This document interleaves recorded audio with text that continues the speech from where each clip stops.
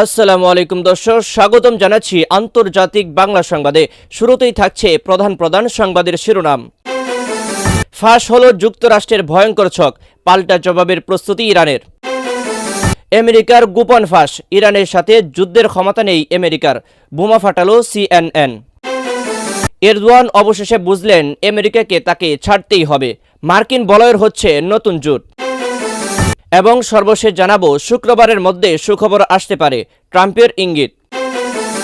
দর্শক, এতক্ষণ শুনছিলেন সংবাদ শিরোনাম, এবার জানিয়ে দেব বিস্তারিত সংবাদ।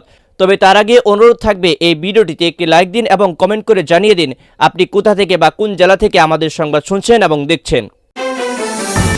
ইরানে ঝড়ের গতিতে আঘাত হানতে চেয়েছিল আমেরিকা, কিন্তু দিন শেষে পরাজয়ের গ্লানিতে গুমড়ে মরছে বিপুল শক্তির অধিকারী এই দেশ।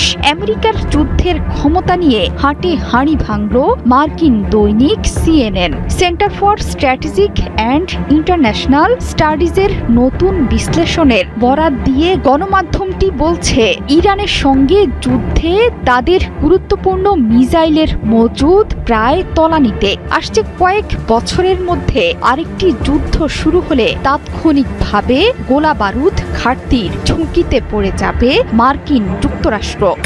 নতুন এই বিশ্লেষণে এসেছে, ইরানের সঙ্গে 7 সপ্তাহের যুদ্ধে মার্কিন যুক্তরাষ্ট্র নিজেদের মজুদের 45%ই প্রিসিশন স্ট্রাইক মিসাইল বা নির্ভুল লক্ষ্যভেদী মিসাইলের মজুদের ব্যবহার শেষ করেছে। ব্যালিস্টিক মিসাইল ঠেকাতে ব্যবহৃত থার্ড মিসাইলের অর্ধেক শেষ। এছাড়া প্যাট্রিয়ট আকাশ প্রতিরক্ষা ব্যবস্থার ইন্টারসেপ্টর মিসাইলের 50%ই শেষ। পেন্টাগনের অভ্যন্তরীণ সূত্রের ভিত্তিতে এই পরিসংখ্যান পেন্টাগনের গোপন তথ্যের সাথেও মিলে গেছে। চলতি বছরের শুরুর দিকে মিসাইল উৎপাদন বৃদ্ধিতে একাধিক চুক্তি করে পেন্টাগন। উৎপাদন সক্ষমতা বৃদ্ধি পেলেও এসব অস্ত্রের নতুন চালান পেতে অপেক্ষা করতে হবে 3 থেকে 5 বছর। এই প্রেক্ষাপটে ইরানের সাথে যুদ্ধবিরতি ভেঙে গেলে বড় বিপদে পড়ে যাবে ওয়াশিংটন। যুদ্ধের ময়দানে বন্ধ হয়ে যাবে মার্কিন প্রেসিডেন্টের মুখও। মার্কিন থিঙ্ক ট্যাঙ্কের বিশ্লেষণ বলছে, মার্কিন যুক্তরাষ্ট্রের বর্তমান মজুদ আর চীনের মতো সমমানের প্রতিদ্বন্দ্বীকে মোকাবেলায় যথেষ্ট নয়। মার্কিন অস্ত্র ভাণ্ডার পুনর্গঠনে কয়েক বছর পর্যন্ত সময় লাগবে। অত্যাধিক গোলাবারুদ ব্যবহারের কারণে পশ্চিম প্রশান্ত মহাসাগরীয় অঞ্চলে দুর্বল আমেরিকা। বর্তমান প্রেক্ষাপটে টমাহক মিসাইলের প্রায় 30%, দূরপাল্লার joint air to surface stand off মিসাইলের 20%-এর বেশি এবং SM-3 ও SM-6 মিসাইলের প্রায় 20% ব্যবহার করেছে মার্কিন যুক্তরাষ্ট্র।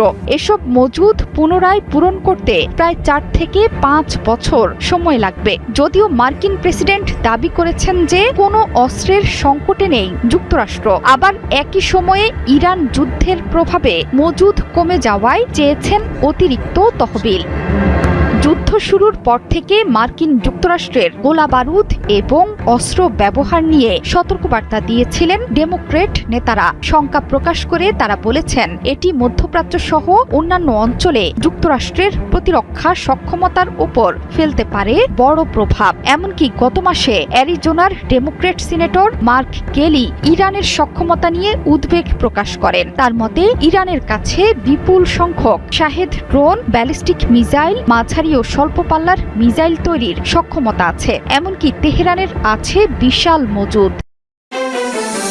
2 সপ্তাহের যুদ্ধবিরতির মেয়াদ শেষ হতে না হতেই তেহরান ও ওয়াশিংটনের মধ্যে ফের শুরু হলো চরম বাক্যযুদ্ধ। ইরানের বিপ্লবী গার্ড বাহিনী স্পষ্ট জানিয়ে দিয়েছে, পুনরায় কোনো সংঘাত শুরু হলে শত্রুর অবশিষ্ট সব সম্পদ চূর্ণ বিচূর্ণ করে দেবে তারা। বুধবার ইরানের রাষ্ট্রীয় টেলিভিশনে প্রচারিত এক বার্তায় দেশটির সেনাবাহিনী মার্কিন বাহিনীকে কঠোর হুঁশিয়ারি দেন। দেশটির পক্ষ থেকে যুক্তরাষ্ট্রের সামান্যতম আগ্রাসনের ফলে পূর্ব নির্ধারিত লক্ষ্যবস্তুগুলোতে মুহূর্তের মধ্যেই আঘাত হানার হুঁশিয়ারিও আসে। আত্মরক্ষা নয়, বরং মার্কিন সামরিক শক্তিকে সমূলে উৎপাটন করার শতভাগ প্রস্তুতি রয়েছে বলে দাবি করছে IRGC। ইরানের খাতাম আল আম্বিয়া সেন্ট্রাল হেডকোয়ার্টার্সের মুখপাত্র ইব্রাহিম জোলফাঘারি মার্কিন প্রেসিডেন্ট ডোনাল্ড ট্রাম্পের সাম্প্রতিক হুমকির কড়া জবাব দিয়েছেন। তিনি বলেন, ট্রাম্প এবং মার্কিন কমান্ডাররা বারবার যুদ্ধের উস্কানি দিচ্ছেন, তবে আমাদের শক্তিশালী বাহিনী অনেক আগে থেকেই ট্রিগারে আঙুল রেখে চূড়ান্ত নির্দেশের অপেক্ষায় রয়েছে।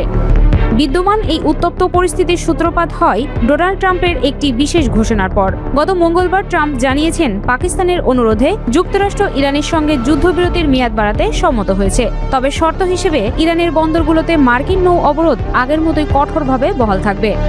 ট্রাম্পের বার্তাটি ছিল অত্যন্ত কৌশলী ও কঠোর। তেহরান যতক্ষণ পর্যন্ত স্থায়ী চুক্তিতে সই না করছে, ততক্ষণ এই অর্থনৈতিক ও সামরিক অবরোধ বজায় রাখার ঘোষণা দিয়েছেন তিনি। যুদ্ধবিরতির মোড়কে ইরানকে এক শ্বাসরুদ্ধকর পরিস্থিতির মধ্যে রাখতে চায় ওয়াশিংটন।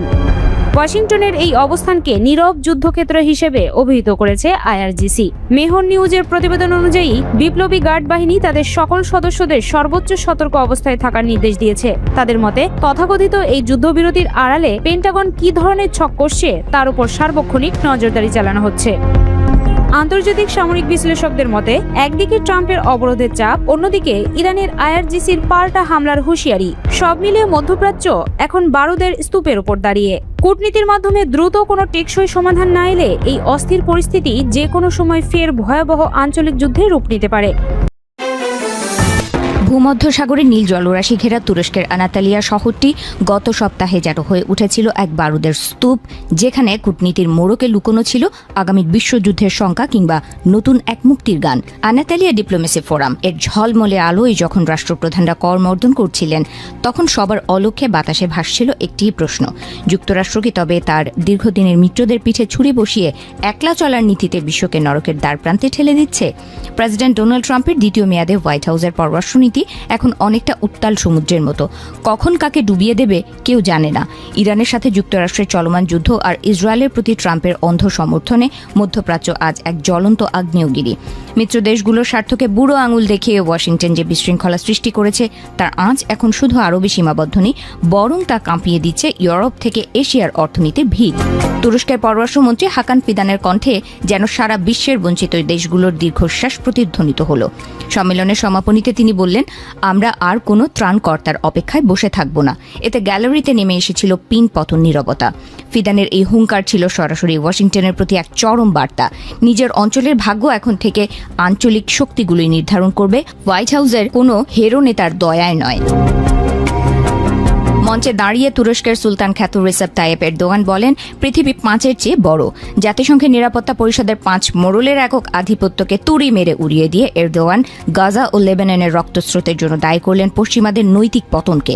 ট্রাম্পের নাম সরাসরি না নিলেও তাঁর চোখের ভাষায় ছিল মার্কিন খামখেয়ালিপনার প্রতি তীব্র ঘৃণা। সম্মেলনের সবচেয়ে বড় নাটকীয়তা মঞ্চস্থ হচ্ছিল কফির লাইনে আর মধ্যাহ্নভোজের টেবিলে।